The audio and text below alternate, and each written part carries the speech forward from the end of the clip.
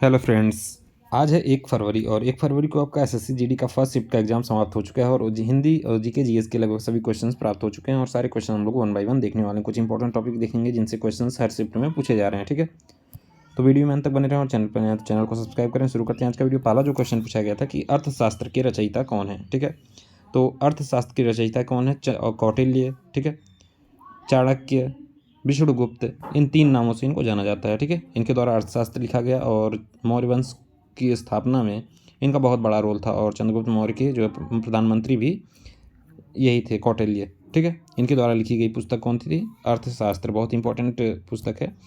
Next question पूछा गया था कि भागीरथी और अलकनंदा नदी कहाँ पर मिलती हैं। तो ठीक है, तो ये कहाँ पे मिलते हैं? देवप्रयाग पे। भागीरथी और अलकनंदा नदी कहाँ पे? देवप्रयाग में मिलती हैं। देवप्रयाग जो है पंचप्रयाग की सूची में एक है, जहाँ अलकनंदा और भागीरथी की पवित्र धाराएं मिलती हैं और उसके बाद नदी को जो है गंगा कहा जाता है। ठीक है, इधर से आती है भागीरथी, इधर आती है अलकनंदा, ये देवप्रयाग में मिलते हैं। इसके बाद जब निकलते हैं यहाँ से तो ये कौन सी नदी बन जाती है? गंगा नदी बन जाती है। ठीक है, और देवप्रयाग के प्रमुख स्थलों में से एक है रघुनाथ जी का पवित्र मंदिर। ठीक है, तो ये भी इंपॉर्टेंट है, आप लोग देख लीजिएगा। नेक्स्ट, 22 गज का मैदान निम्नलिखित में से किस खेल से संबंधित है? तो क्रिकेट एक बल्ले और गेंद का खेल है और इसमें यहाँ पे स्टंप होता है। ठीक है, इन दोनों के बीच का जो डिस्टेंस होता है ये होता है 22 गज होता है। ठीक है, 2 टीमों के बीच एक मैदान पर खेला जाता है जिसके केंद्र में एक 22 गज की पिच होती है जिसमें प्रत्येक छोर पर एक विकेट होता है। ठीक है, प्रत्येक में 3 स्टंप पर संतुलित 2 बैल होते हैं। ठीक है, तो ये सारे एडिशनल फैक्ट आप लोग याद रखेंगे। पिछले शिफ्ट में पूछा गया था कि स्टंपिंग टर्म किससे संबंधित हो। स्टंपिंग टर्म संबंधित है किससे? क्रिकेट से। ठीक है, नेक्स्ट क्वेश्चन, जुलाई 2022 में भारत के नए राष्ट्रपति कौन बने हैं। ठीक है, तो राष्ट्रपति पे क्वेश्चंस पूछे ही जा रहे हैं, उपराष्ट्रपति से भी पूछे जाएंगे, राज्यपाल से भी पूछे जाएंगे, तो ये सब आप लोग अच्छे से देख के जाएं। ठीक है, तो जुलाई 2022 की बात कर रहे हैं तो वर्तमान में भारत के राष्ट्रपति कौन है? द्रौपदी मुर्मू। और ये जो पहली आदिवासी महिला और दूसरी महिला जो है राष्ट्रपति हैं और ये 15वें नंबर की राष्ट्रपति हैं। अभी पिछले शिफ्ट में पूछा गया था कि राष्ट्रपति बनने से पहले ये जो है कहाँ की राज्यपाल रह चुकी हैं। तो 2022 तक ये जो है झारखंड की राज्यपाल रह चुकी हैं। द्रौपदी मुर्मू ने 25 जुलाई 2022 को जो है राष्ट्रपति का पदभार ग्रहण किया है। ठीक है, तो इन्होंने जुलाई 2022 को राष्ट्रपति का पद ग्रहण किया और इससे पहले ये जो झारखंड की राज्यपाल रह चुकी हैं।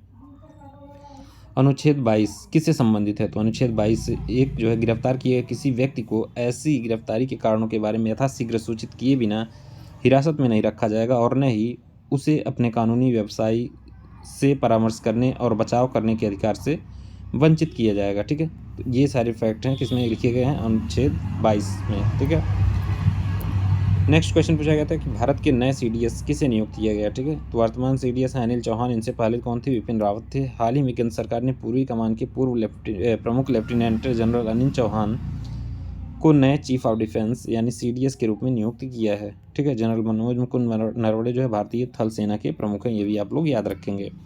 ग्रीष्मकालीन ओलंपिक 2020 में सबसे ज़्यादा स्वर्ण पदक किसने जीता था? सबसे ज़्यादा मेडल जो जीता गया था यूएई के द्वारा जीता गया था और इसने कितना 39 गोल्ड मेडल सबसे ज़्यादा जीता था और चांदी जो है 31 और 33 जो है पीतल। टोटल कितना? 113 मेडल यूएई के द्वारा जीता गया था। यूएई का यूएसए के तो संयुक्त राज्य अमेरिका के द्वारा जीता गया था। ठीक है, सर्वाधिक कुल पदक जो है संयुक्त राज्य अमेरिका के द्वारा ही जीता गया था और सबसे ज़्यादा गोल्ड मेडल भी इसी के द्वारा जीता गया था। पैरा ओलंपिक की बात करें 2020 में सबसे ज़्यादा पदक किस देश ने जीता है? तो ये जो है जीता गया था टोक्यो पैरा ओलंपिक में चीन के द्वारा जो है कुल 207 मेडल के साथ शीर्ष पर रहा था। चीन के बाद दूसरे नंबर पे 124 मेडल के साथ जो है दूसरे नंबर पे रहा था ब्रिटेन। ठीक है, नेक्स्ट, भारतीय दल ने 5 सितंबर 2021 को टोक्यो पैरा ओलंपिक खेलों 2020 में कुल 19 पदक प्राप्त करके अपने अभियान को सार्वकालिक उच्च स्तर पर पहुंचा दिया। ठीक है, इसमें 5 स्वर्ण इन्होंने जीता है, 8 रजत और 6 कांस्य पदक भी शामिल हैं। कुल 162 देशों में से भारत कुल पदक तालिका में 24वें स्थान पर रहा था जबकि 19 पदकों की उपलब्धि पदकों की संख्या के आधार पर 20वें स्थान पर है। ठीक है, भाला फेंक टेकचंद ने जापान के टोक्यो में 16वें पैरालंपिक खेलों के उद्घाटन समारोह में भारतीय दल का नेतृत्व किया था। तो किसने किया था? टेकचंद, जो कि भाला फेंक खिलाड़ी हैं। नेक्स्ट क्वेश्चन पूछा गया था कैल्शियम कार्बोनेट का रासायनिक सूत्र क्या होता है? तो कैल्शियम कार्बोनेट मुख्य रूप से चट्टानों में चूना पत्थर, चाक, संगमरमर और ट्रेविटर्नी के रूप में मिलता है। कैल्शियम कार्बोनेट एक रासायनिक यौगिक है जिसका रासायनिक सूत्र CaCO3 है। ठीक है, यह संसार के सभी भागों की सेलों में पाया जाने वाला आम पदार्थ है। समुद्री जंतुओं के कवचों का यह प्रमुख अवयव है। ठीक है, इसी के द्वारा जो है कोरल रीफ्स भी बनते हैं, ये भी आप लोग याद रखेंगे। यह जो है कृषि चूने का सक्रिय घटक है। फिर एक क्वेश्चन पूछा गया था कि खेल मंत्री वर्तमान में कौन है। तो खेल मंत्री जो है, खेल मंत्री और सूचना प्रसारण मंत्री दोनों अनुराग ठाकुर को मिल गया है, और इनसे पहले जो खेल मंत्री थे किरण रिजिजू थे, ठीक है, लेकिन वर्तमान में अनुराग ठाकुर हैं। फिर पूछा गया था कि अगर हम लिटमस पेपर अगर रेड हो जा रहा है तो उस में वो क्या है, एसिड है, बेस है, या फिर क्या है, ठीक है। तो एक ट्रिक मैं आपको बता रहा हूँ, ABR, ठीक है, ये वर्ड आप याद रखेंगे तीनों। अगर एसिड होगा तो ये ब्लू लिटमस पेपर को क्या कर देगा, रेड कर देगा, ठीक है। यहीं पे अगर बेस होगा यानी क्षार होगा तो क्या करेगा, रेड लिटमस पेपर को ब्लू कर देगा, ठीक है। तो ये दोनों इंपॉर्टेंट हैं, क्वेश्चन इनसे पूछे जा रहे हैं। तो क्वेश्चन पूछा गया था कि लिटमस पेपर लाल किसके कारण होता है। तो अगर एसिड उपस्थित है तो वो क्या करेगा, ब्लू लिटमस पेपर को लाल कर देगा, ठीक है। नेक्स्ट क्वेश्चन पूछा गया था कि माता का पर्यायवाची क्या होता है। तो माता का पर्यायवाची आपका हो जाएगा जननी, ठीक है, और महतारी होता है, ठीक है। और बिजली का पर्यायवाची की बात करें तो ये हो जाएगा दामिनी, विद्युत, चपला, क्षण प्रभाव, ये सारे जो हैं पर्यायवाची हैं किसके, बिजली के, ठीक है। एक आपसे मुहावरा पूछा गया था कि एग्जाम में कि आसमान पर चढ़ना, ठीक है, आसमान पर चढ़ना का अर्थ क्या होगा, ठीक है। तो इसका हो जाएगा अभिमानी होना या फिर घमंडी होना, ठीक है।